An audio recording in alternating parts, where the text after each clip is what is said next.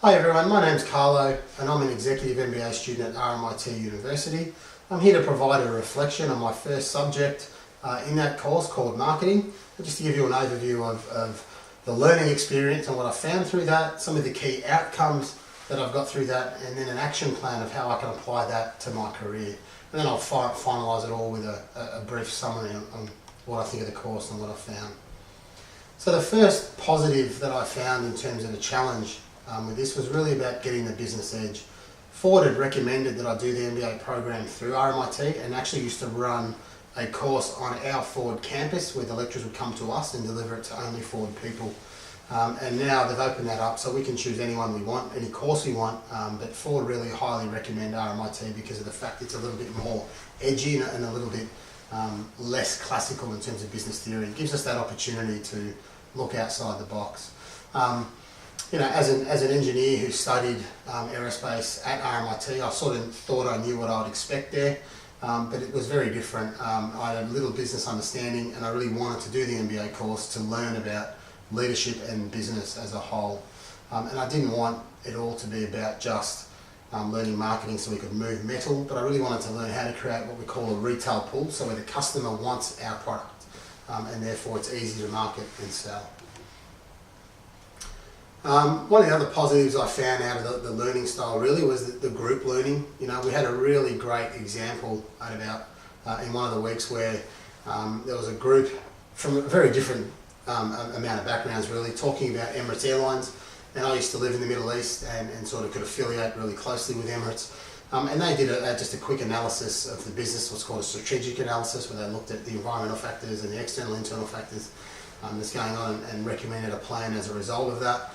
And I really figured out quite quickly that the course has so many great people contributing to it, and that's really where we do our learning and the majority of our learning. So I wasn't quite ready for that. I thought I'd see a bunch of guys in shirts and jackets and ties and just doing standard business theory, but there's a lot broader and diverse group of people that I can really learn off. And I always thought, to do an MBA program, that you had to have an undergrad degree, and I also learnt there that no, you don't need an undergrad degree, and more importantly what they look for is a great amount of business experience. So we got guys in that course and girls who have got years of experience but no formal undergrad qualification, and there's so much I can learn from them as business leaders in their areas. The course really follows a non-traditional technique of learning, in my opinion. There's no real lectures, so you turn up and it's really about the lecturer discussing things that you should have already learnt in your own learning. You should have already read the chapters. It gives you a summary of the course notes and his actual presentation to work through in the course. So that was really strange to me, and I thought, what's this guy talking about? What's going on? And I realised very quickly it's all about his experience, and he has a huge amount of experience that I really connected with, particularly in the automotive space, where he refused to run a full marketing campaign on an automotive product because it really didn't meet the customer's needs. And that's that higher order need that I wanted to get to the bottom of. And he showed me personally through this process that, hey, marketing is not just about selling stuff. It's not about finding a way to sell junk. It's about all the way back from the design process, making sure you understand what that customer wants and then delivering a product that they need. And even understanding those needs that they didn't know they needed. And it's really more psychology than anything from that perspective, and then using some strategies and tools to turn the psychology into a marketing pull, and I found that fantastic. The classes are really about that group work and getting it to the ground, rather than just going in, listening to a lecture, doing an assignment, sitting an exam and being done with it. We can do that in any university course, so I love the fact that it's very non-traditional and collaborative. So I found it really tough to go back to study. I've got children, 2 small children, I'm married, I'm working full-time at Ford, and actually I've just transitioned roles, so I'm still covering both roles, and it makes it tough. Trying to figure out how many hours I'm meant to be studying, going, understanding what's with all the reading and preparation material, right?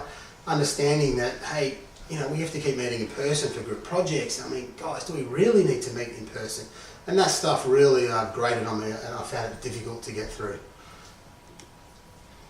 Again, those non-traditional techniques, sort of, while they have their positives, they also come at a price.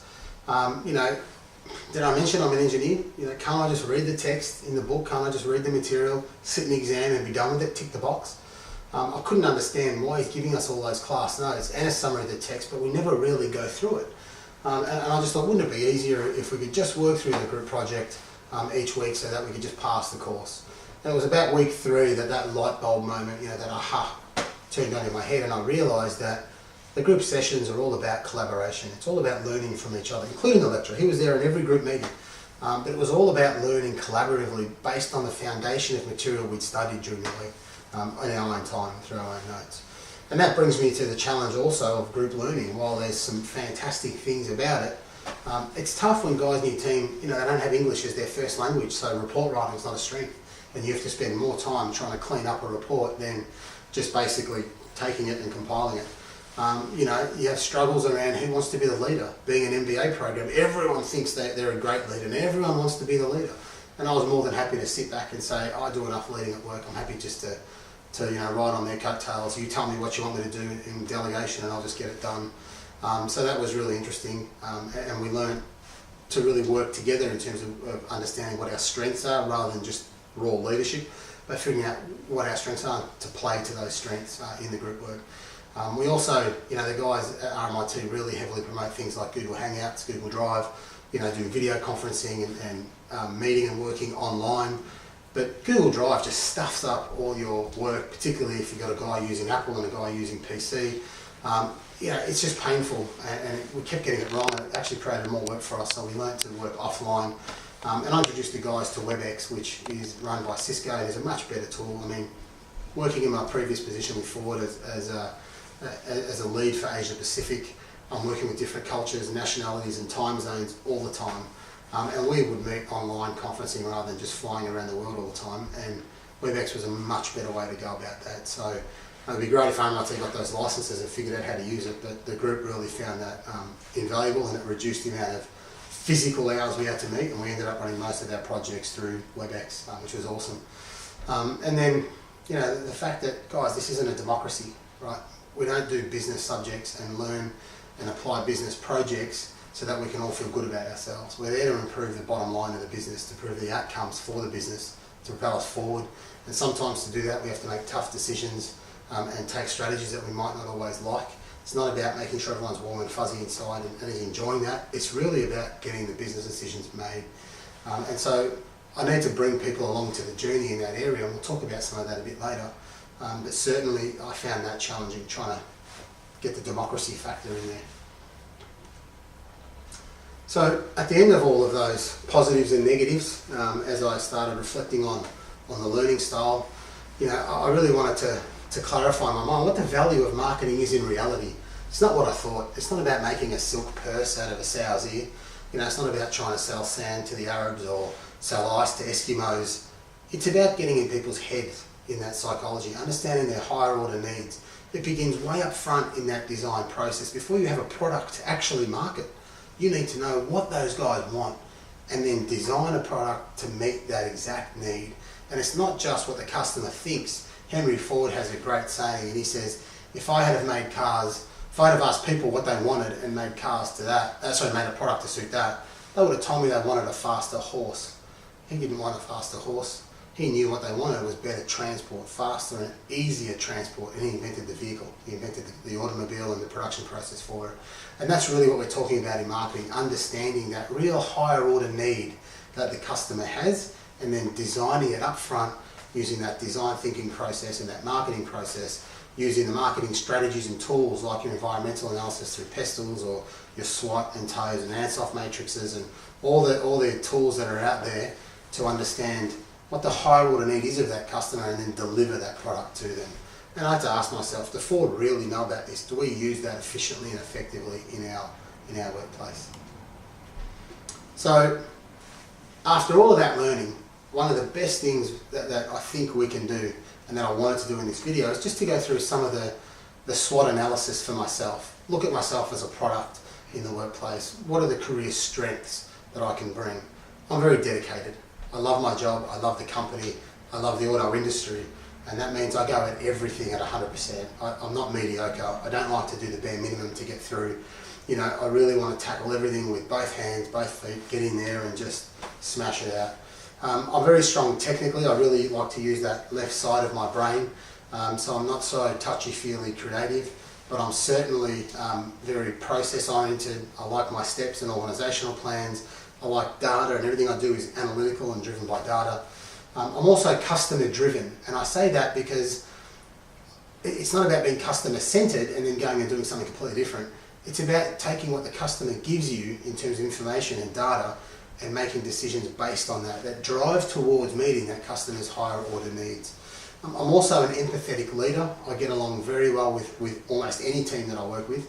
I have the ability to bring them on board for the journey and improve our relationships together.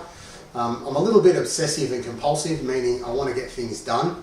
I don't like to leave things undone, so I certainly want to work through all of those items. And then I've got a really good ability to, as I said before, connect on that personal level.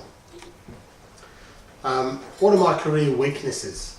Well, we shouldn't use the word weakness, I guess, in terms of being politically correct, but I'm not one for political correctness, to be honest with you. So for me, I don't mind. I'm certainly inexperienced in those, softer areas, the things like human resources, marketing, sales. They're foreign areas to me. I don't know them very well, and I struggle with them, to be honest with you. So I like the data side and the technical side, and I find the other things to be painfully emotional, if you will. I'm not creative in that traditional sense. I don't use my right brain that well. I'm not great at big picture, long outlook, strategy with no detail. I want to get right into that detail and get the bones and the meat on those bones for a plan. I can be a little too unemotional, meaning, to me, emotion is something you have out of work, and in work we shouldn't be emotional, but in marketing you really need to read emotion, and you need to get in those higher order needs, which means getting in people's heads and understanding their emotion and then meeting it. So that's a real weakness for me, something I have to improve in. I can get swept up in the passion of data analysis, which means really I forget what people feel and what people have bought into and maybe are involved with. And I just go straight to data, and make decisions off that. And that leaves people behind sometimes and kind of makes them feel left out and unheard, not important. I really often take far too much on. I never say no at work, which means when someone from a different team asks me a question and it's not related to my business, I don't say go and see X and Y. I'll end up getting that answer for them. And so I end up taking too much on, which means I can't deliver fully and properly like I like to on those items that I'm responsible for, and I need to learn to slow that down. And I also can be a little bit too aggressive if I think the data supports me. I really like decisions where it's data-based, because then I can say, I don't care what you think, I don't care what you like, that's the data, we're going with that. And that obviously really can put people off, and I need to learn that, I guess, emotional and creative side a little bit more to be able to deal more empathetically in those sort of situations, and perhaps take some real learning that perhaps I've missed because I've focused on the data too much. So, what are the opportunities going on around me and my workplace at the moment that I can perhaps take advantage of? Some of those opportunities I need to get involved with. So Ford's a brand that's growing and rebuilding, and while the sad truth is we've shut down Australian manufacturing on October the 7th this year, the fact is we're actually growing in terms of business. So we've had 10 successive months now of market share growth and profitability, or profit growing rather than making a loss. And so that's really exciting, really good news for us. We're rebuilding our brand, both in terms of marketing and in terms of core business. We're in Australia and New Zealand, my focus has shifted from being Asia Pacific to just those two markets. So while I've definitely narrowed my scope of work, I guess, I'm now getting much more depth in terms of operations. So I no longer just look after problems, now I look after the whole service side of the business. And that gives me a lot of exposure to the senior leadership team, and to some of the general managers and leaders that we have in our business. Being under the marketing, sales and service umbrella, that also presents me with far more less technical, if you will, areas and opportunities to work with. So there's a lot of projects I can take on that will help develop some of those softer skills that I've identified as a weakness. And also our general manager is fantastic. He is a really excellent marketer, And I don't mean that in terms of just marketing parts for sale or service business, but he's great at marketing himself, he's great at marketing his team, he's great at marketing an idea that our dealers, dealer principals, service managers need to buy into, and bring them on board for that journey to get their confidence and buy-in, and then run with an idea as a whole team, even though we're 230 plus individual dealerships and businesses. Therefore, he has the way to unite those guys together and bring them along for the journey. So he's fantastic at that sort of marketing. What are some of the threats in the industry around us? Automotive manufacturing in Australia is closing. We already mentioned that. It's a sad day. Holden, Toyota and Ford are also closing down their businesses. So that presents a huge challenge. It also means there's a lot more candidates out in the marketplace looking for work, a lot more skilled candidates out there that can, I guess, challenge me for different opportunities in promotional positions. Ford Australia is also moving to become a national sales centre. So some of those technical roles are now harder to find. So if I stay pigeonholed as a technical engineer, as a technical manager or leader, it's going to be harder and harder and harder for me to be promoted. I'll get pigeonholed in one box and get stuck there. And Ford tend to promote those where they've got that experience in the softer skills with sales and marketing in particular, and the business that brings to the dealerships and helping them run their business, which obviously is a key way that we make money and we do well. If our dealers do poorly, we do poorly. So I need to make sure as a threat that I'm on top of that and I'm fully aware of it. And then obviously there's a lot more competition out there poaching our own staff. There's over 300 different brands in Australia and different models of vehicle for sale. So with that comes a lot of other people in similar national sales companies now that are looking for talented staff. And that means my staff are open to being poached, and I've got to make sure I'm aware of that threat. So the idea of a TOES is actually to take advantage, use your strengths to take advantage of some of those opportunities. And so for me, one of the things I think I can do is use that ability I've got to connect on a personal level with people, to really be mentored by my general manager. So I kind of want to use that as the route to build a relationship with him and then ask him if he can mentor me. There's a lot I can learn from him. He's an absolute stalwart in the business and knows the business inside and out, and knows marketing and sales inside out, and there's a lot I'd love to learn from him. I can also use my empathy as a leader to work with other teams on cross-functional projects to try and improve those soft skills in sales and marketing. And I can also apply that customer-driven mentality to support Ford's growth and rebuilding and our rebuilding efforts by reimagining existing processes with the higher order needs of the customer as the foundation of that process, rather than just doing it because it's a process. So what are those strengths I can use to defend against the threats, to ward off those threats, push back against them?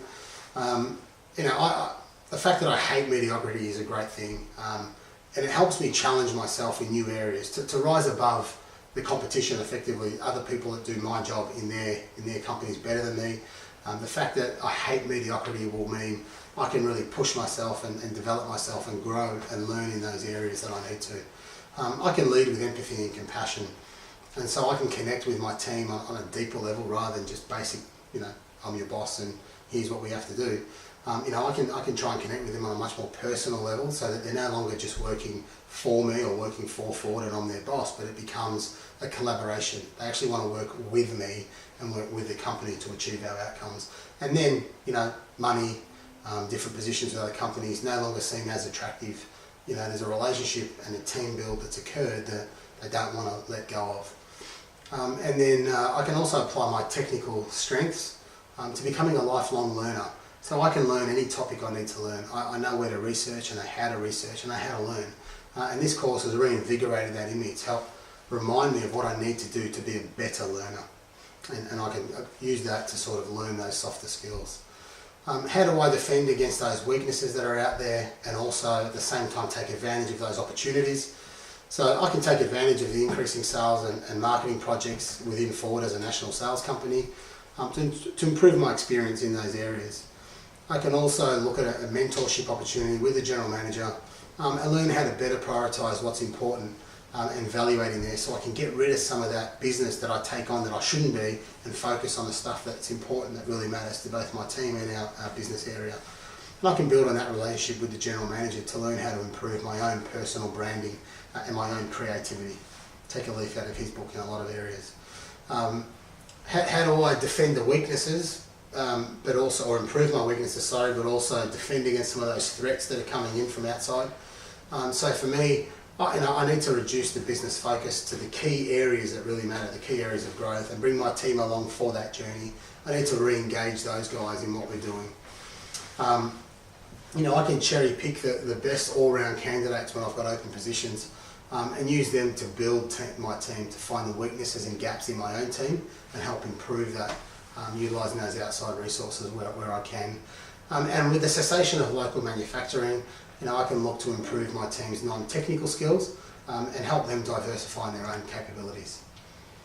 So after I've done a SWOT and a TOES analysis and looking at the learning we've taken in marketing, what can I do to improve myself as a leader? Not just a manager, but someone who's got the capability to lead at the highest level.